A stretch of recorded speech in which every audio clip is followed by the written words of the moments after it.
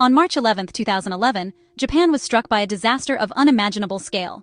What began as a typical Friday afternoon turned into catastrophe as the ground shook with unprecedented violence. The Great East Japan Earthquake. The earthquake was only the beginning. A massive tsunami followed, and then the Fukushima Daiichi nuclear power plant suffered a catastrophic failure. These events left a scar on Japan that, even 15 years later, is still healing. The earthquake shifted Honshu, tilted the earth, and unleashed waves that devastated the coast. The disaster's legacy is one of tragedy, resilience, and hard lessons learned. To understand Japan today, we must return to that fateful afternoon and the chain reaction that changed everything. The catastrophe began deep beneath the vast expanse of the Pacific Ocean, in a realm hidden from human eyes, where unimaginable forces were quietly building for centuries. Far below the tranquil surface, the Earth's crust was alive with tension, as two colossal tectonic plates, the Pacific and the North American, pressed relentlessly against each other. These plates, massive slabs of rock, are in constant, slow-motion collision, their boundaries marked by deep ocean trenches and fault lines. Over generations, the pressure mounted, storing energy like a wound spring, waiting for the inevitable moment of release. At precisely 2:46 p.m. local time, that moment arrived. The built-up stress snapped, rupturing the seafloor with a violent jolt. Seismographs across the region recorded the chaos as a magnitude 9.1 earthquake, the fourth most powerful ever measured, sent shockwaves racing through the earth. The shaking lasted for several agonizing minutes, reverberating across the entire country. In Tokyo, skyscrapers groaned and swayed like reeds in the wind, while hundreds of kilometers away, the Tohoku region bore the brunt of the destruction. Homes crumbled, roads split open, and entire communities were thrown into chaos.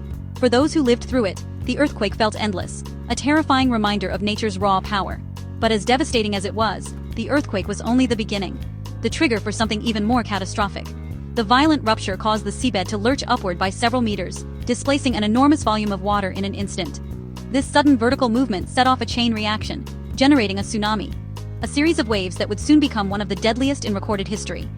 Out in the deep ocean, the tsunami wave was nearly invisible, its energy spread across hundreds of kilometers.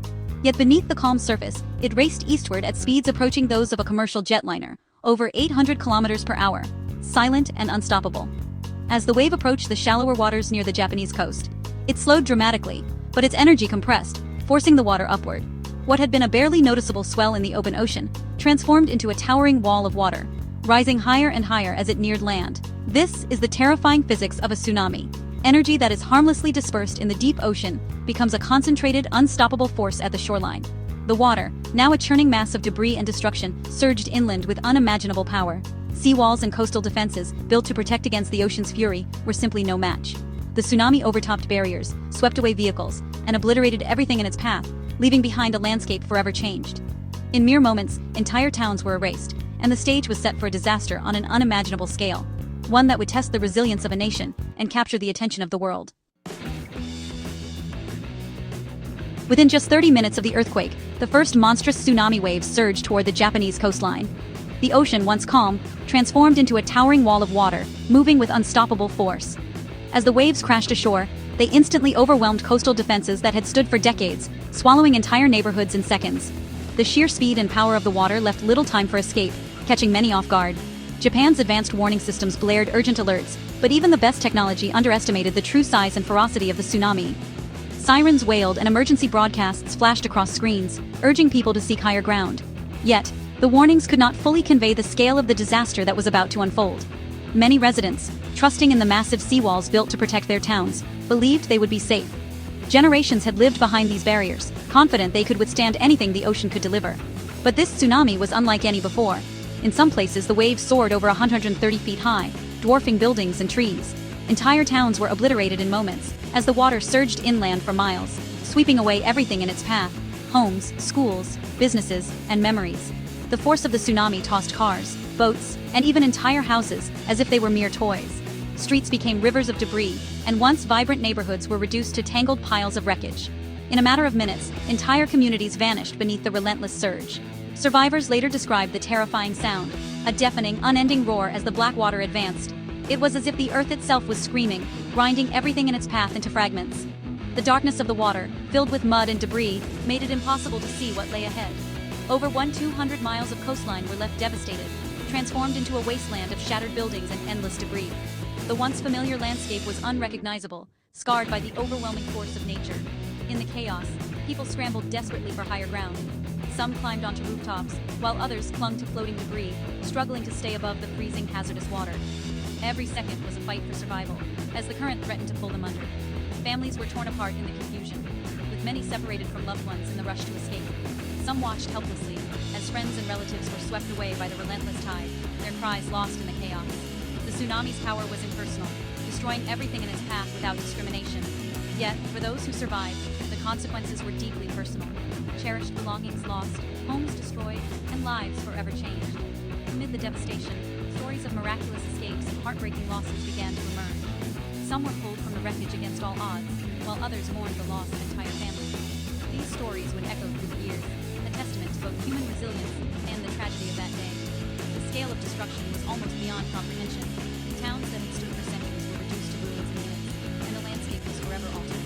The memory of the wall of water and the lives it changed would never be forgotten. The human cost was staggering. Over 20,000 lives lost in a matter of hours, entire communities swept away by the relentless force of nature. The scale of the tragedy was almost impossible to comprehend, as families, friends, and neighbors vanished in the blink of an eye.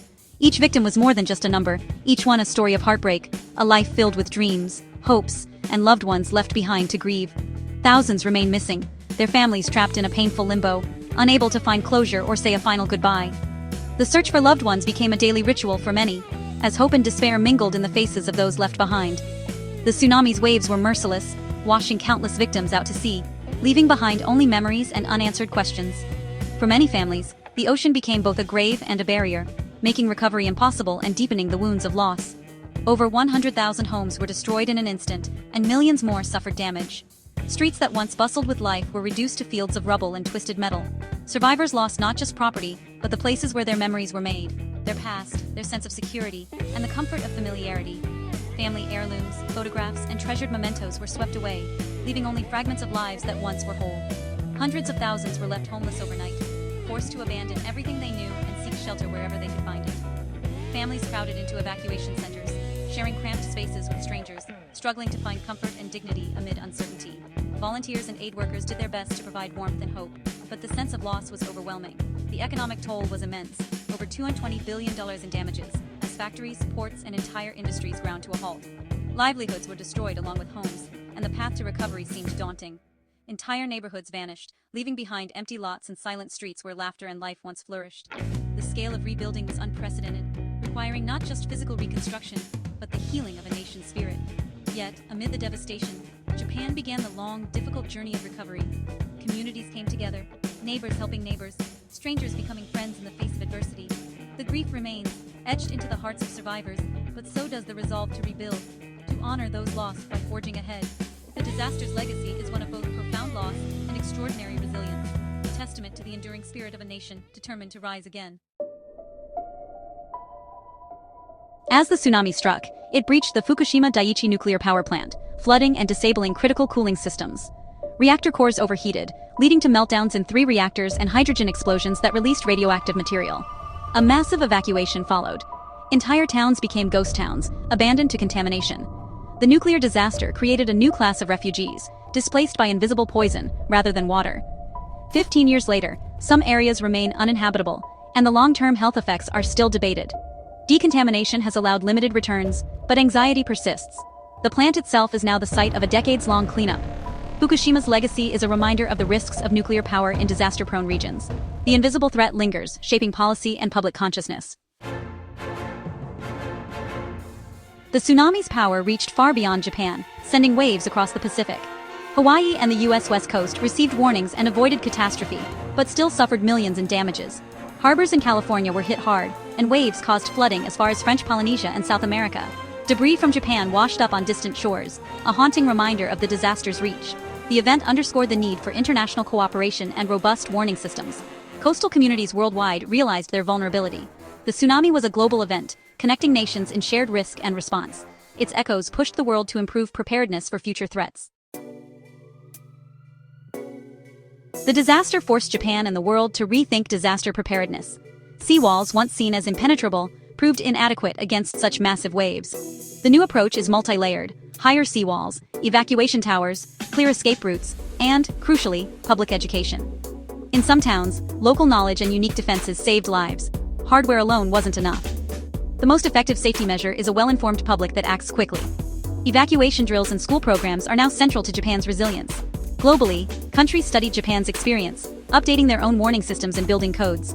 The tragedy provided invaluable data for scientists to refine tsunami models. These lessons have improved warning accuracy and speed worldwide. The suffering of Tohoku has helped save lives elsewhere. Preparedness is now a global priority. One lasting legacy of 2011 is a revolution in tsunami detection and forecasting. The disaster accelerated the deployment of DART buoys, ocean sensors that detect tsunamis in real time. By 2026, over 70 buoys provide dense coverage, feeding data into advanced computer models. Warning centers can now predict wave heights and arrival times for specific locations, enabling targeted evacuations. The system is 10 times faster and more accurate than before. Its effectiveness was proven during the 2025 Kamchatka earthquake, when rapid forecasts saved lives. While no system is perfect, technology born from tragedy has made the world safer. The race against the waves now has a crucial technological edge. 15 years on, Japan stands transformed by tragedy and recovery. The Tohoku region has been rebuilt. Towns relocated to higher ground, new infrastructure rising where devastation once reigned. Memorials and museums honor the victims and teach future generations about preparedness and resilience. Annual moments of silence and the phrase Tsunami Tendenko, flee to high ground, are now ingrained in national culture. Evacuation drills are routine, and safety is a shared instinct. The scars remain, but so does hope. Japan's story is one of loss, resilience, and determination to protect life. The empty lots and bustling new centers are reminders of both tragedy and renewal. The nation looks forward, forever changed, but committed to safeguarding its future. The lessons of 2011 continue to shape Japan and the world.